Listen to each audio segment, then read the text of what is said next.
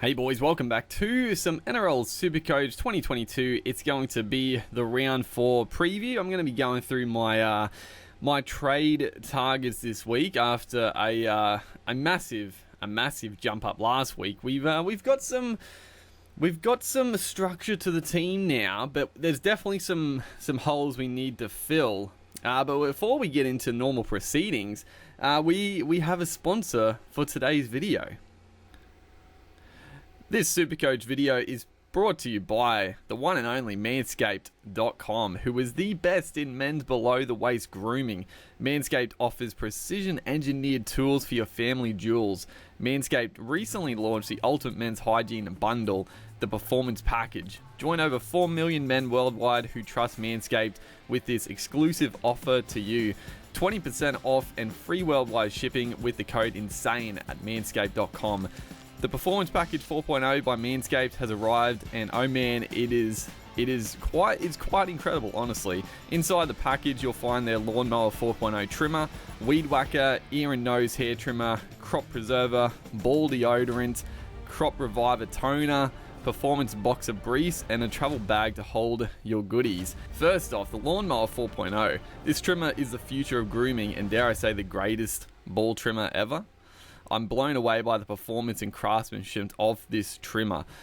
Waterproof with all the accessories accompanied by.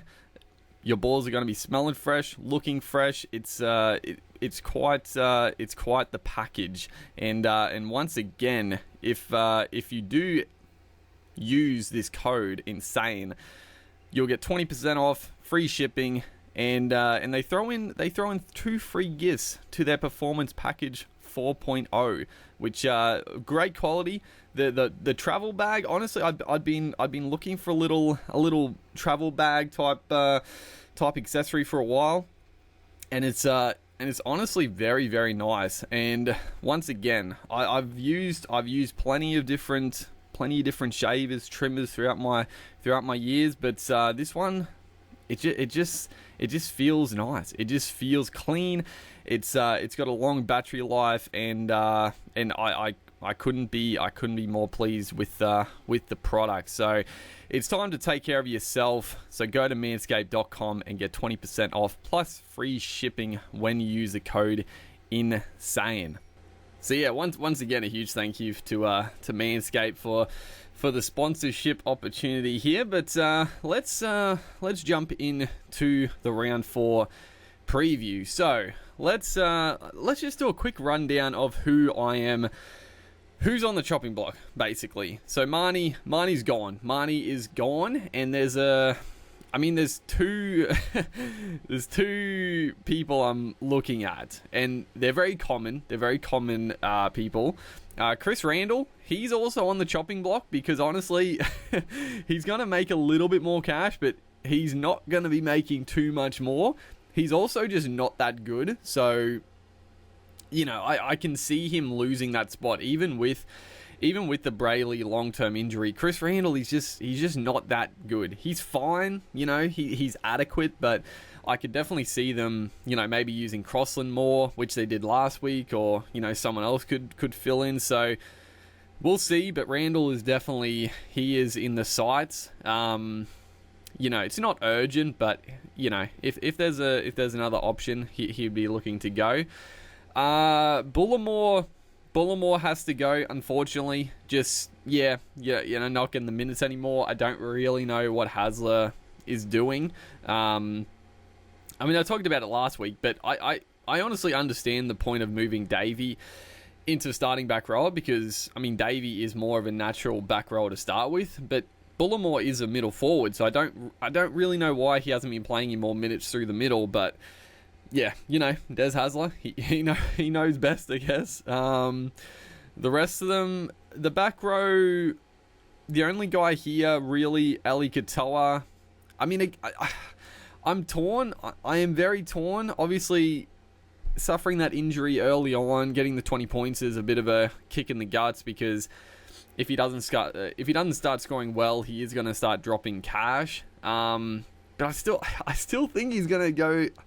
I still think there's good value there, and if he can just have a nice uninterrupted rest of the year, I think he could be a sneaky play, but I don't know. Just the way he plays, he's got a knack for suffering injuries and head knocks. So I don't know. I think I am going to move him on because there definitely are some good options to bring in at that point.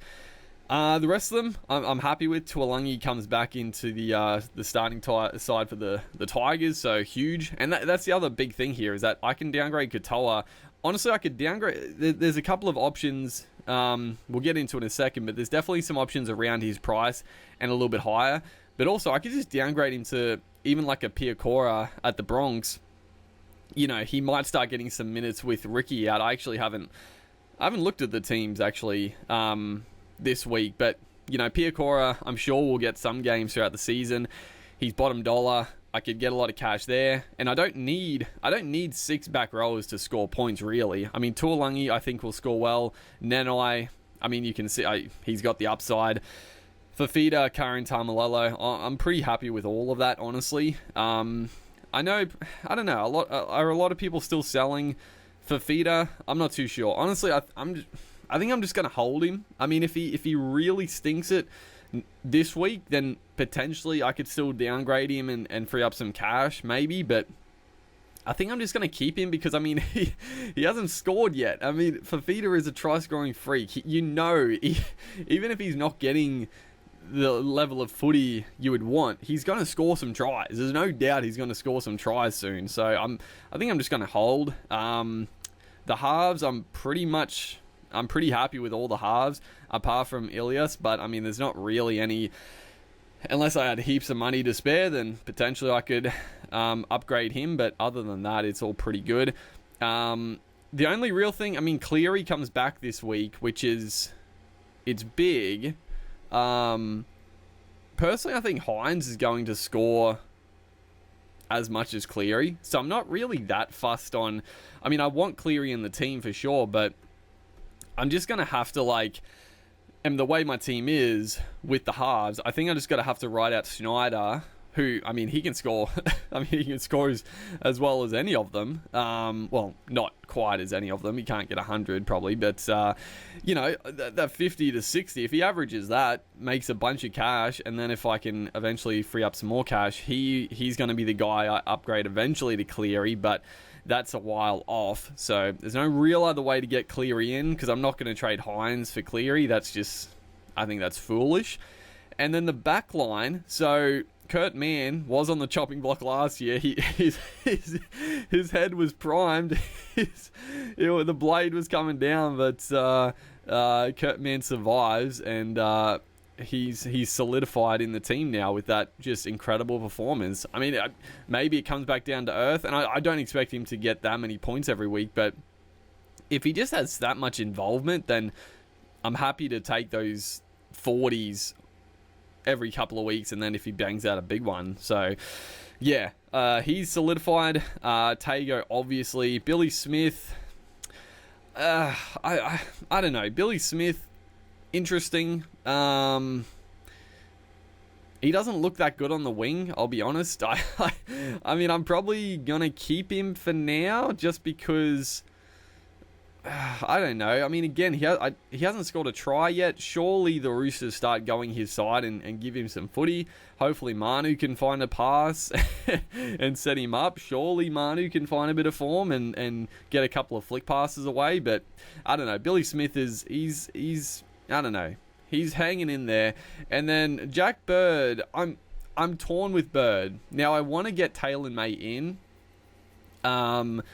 And I am heavily considering getting rid of Jack Bird for Taylor May, because at the end of the day, like, Jack Bird did score a try and a line break and only got 66 points. So I don't know. I feel like Bird, he's going to average around that 50-60, which is very good, but at 500k, I can make like 300,000 by just downgrading to Taylor May, and then I still have 4 very good centre wings, in my opinion. I can play Man and Tago definite. Penasini, usually a definite. Obviously had a bit of a stinker last week, but Penasini would usually be a definite, and then either Taylor May or Billy Smith. And then, you know, Suwali, surely he comes into the side when he's fully fit. And then even Viala, I don't know how long his injury was, but at the moment I'm just keeping him around. There is a thing to say maybe get rid of Viala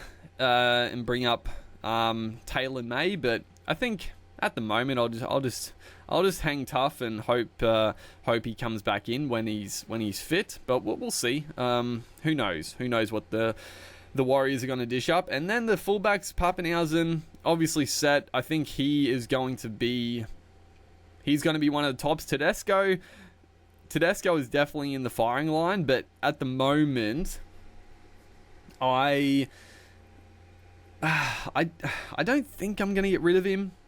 I don't think there's really any need.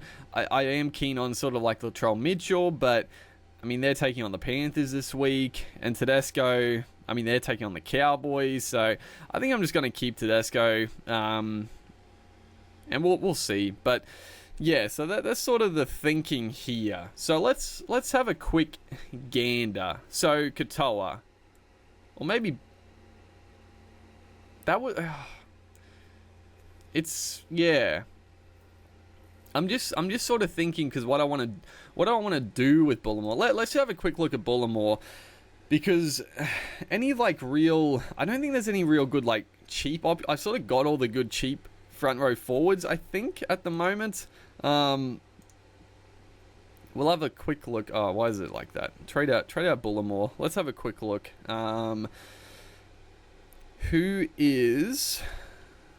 So yeah, Momasia, there was talk that he might play starting back row with Barnett out, but no, Brody Jones gets that spot, which is definitely warranted. If Brody Jones was fit, he definitely deserved to get the spot. And he hasn't been getting any game time. I mean, he started at 200k and he's lost 24,000. He's played 5 minutes. That's crazy. Anyone else? There's no real good cheap options.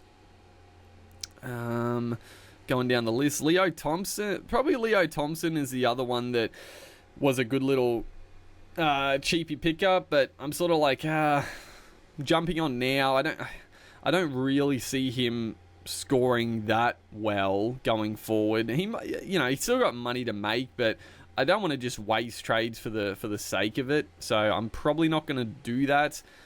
Got Max Green, Griffin Neem, interesting one, but I don't. I mean, he obviously scored a try. He's a very good young player, but I just don't see the minutes there, because Tanoa Brown is going to be coming back soon, and I just don't really see the minutes. And then there's not a whole heck of a lot else, honestly. Not too much else really taking my fancy, and then we're getting up into the higher echelon here, which I'm not really, I think for the front row, you either want to be spending zero or like very little, or you want to be getting sort of the max. And if we look at the best, it'll be Payne Haas. Yeah, Payne Haas. He did go up 26,000, so yeah, if you started with him, that good little shout. He did get 67 with a line break at the very end, so bit lucky for people that own. But I wouldn't mind bringing in Payne Haas. Honestly, Papali'i probably is he's probably the number one best option, but just too expensive. And then Luke Thompson was a letdown this week. Fish Harris didn't play. Pengai Jr. was a letdown. Fodawaker and Tino had big games. Takiaho was good. The rest of the front row, I don't know. I'm just not that keen on. I'm just not that keen on many of the front rowers. But then if we look at getting rid of Reed Marnie, so like I said, there's two options here. So first one is obviously Harry Grant at 644. Obviously can't afford him. We need 100k basically to get him. He returns. It'll be interesting to see. Because obviously, what's his name? Brandon Smith is back as well, and Green obviously is coming back from COVID. Does he start? Probably. He still plays big minutes, and I mean, you definitely want him in, but I don't know. This week, it's going to be hard to... Well, it's not hard to swing, and that's the big thing. Do I downgrade Jack Bird to Taylor May? If I do that, I have plenty of cash. Actually, I mean... So this was my initial think. Well, actually, I got so many options. I was going to downgrade Bird to May, and then I would have... Oh, would I have enough? Let's have a quick look. I'll activate this. I'm a little sketchy on using the boost this like 2 boosts this early in the season, but to get the team right, it's not the worst thing in the world. But let's have a look. So if I go Bird down to Taylor May, then we can go Marnie up to... Oh, we can go Marnie up to Harry Grant. And then we could still trade Chris Randall to Tom Starling, who is also very tempting. Now, that looks good. I've got to be honest, that is very, very tempting to do. But that leaves me with still having Bullimore and Katoa, which I don't... Honestly, the Katoa one doesn't really bother me too much. I'm honestly fine with keeping Katoa, but I don't... This is going to be a tough week. There's so many options to do. Because what if I do... So, Bird... I think I'm pretty much locked in for Bird going to Taylor May. I don't know. I mean, Bird could punch out some big scores, but I just... I don't know. I'm starting to go away from him a little bit. But then if I go... We'll take off... Yeah, if we just go like that... Marnie to Starling, which I like quite a bit. Is that all fricked up? What's happening? Let's just cancel it. But yeah, we could go Bird to May, Marnie to Starling, which would leave us a bunch of cash. Because I think Starling, honestly, I mean, Marnie is not impressed. I wouldn't be surprised if Marnie comes out and goes bang bang and gets a couple of, just a couple of barge over try assists to like Paulo or Campbell Gillard. Wouldn't surprise me, but I just don't see him consistently scoring well this year. So it'd leave me a bunch of cash, and then I could trade up Bullimore to Payne Haas. And then if we look at Katoa, so like I said, there's a few options. What are you doing? Don't look at him. There's a few options in the back row. So, I mean, Cameron Murray come out and kill it. So yeah, Bo for more. He is... I mean, he would have been a great pickup. I wish I started with him, honestly. It's, bit of a... That's probably one of my bigger missteps. I could have gone him over Jack Bird easily, and it would have been huge. And honestly, he's looked really good. The Titans attack so much better down his side of the field. He's making so many, break tackles, and it's just been fantastic. So I would love to get Fermor. Any other back rowers was I looking at? Honestly, Carrigan's got a little bit of... He's piqued my interest slightly. There's probably not that many more that I'm that sort of keen on.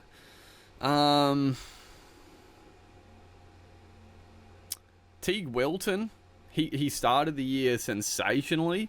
And obviously he hasn't gone up in price yet because he missed last week with suspension. But, Wade Graham comes back pretty soon, so maybe not there. Probably Fulmer is the guy I would like to get in, but I guess that's the other thing I could do. I could trade Jack Bird to Fulmer, not go early on Taylor May, because I don't see Taylor May scoring another triple.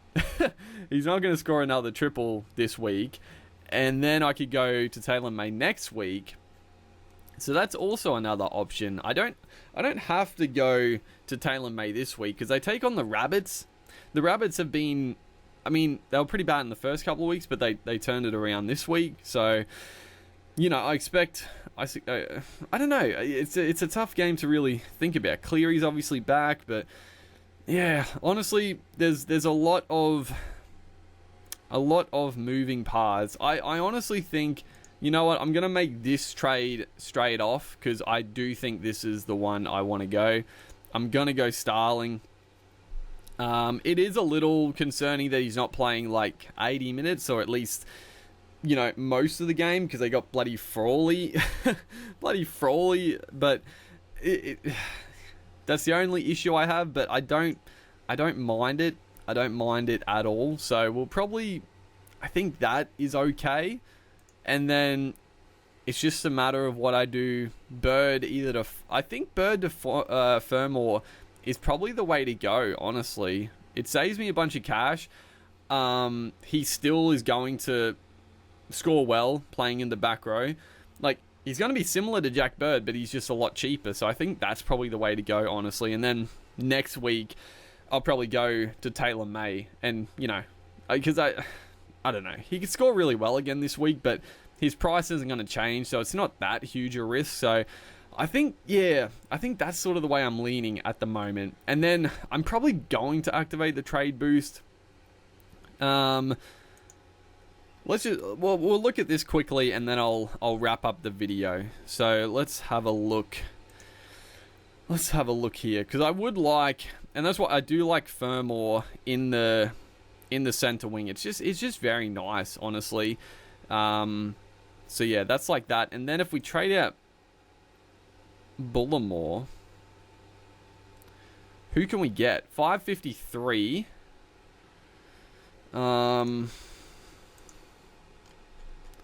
553. So we can get some decent. That's the thing. I'm like, none of them are that stand out. Other than the top two, I'm not that keen on like any of them. Maybe Fodawaker is the guy that I'm most keen on. Maybe Takiaho. But I don't know. Any sneaky sort of coming up? Lindsay Collins. Oh, it's a tough one. It's a tough one, dude. I'm not sure. That's the biggest issue. But yeah, that's sort of the thinking. I'll have to work around. It's a big decision to make, but we will do our best. Hopefully, you guys are enjoying the series. Make sure to like and comment, and I'll see you guys in the next one.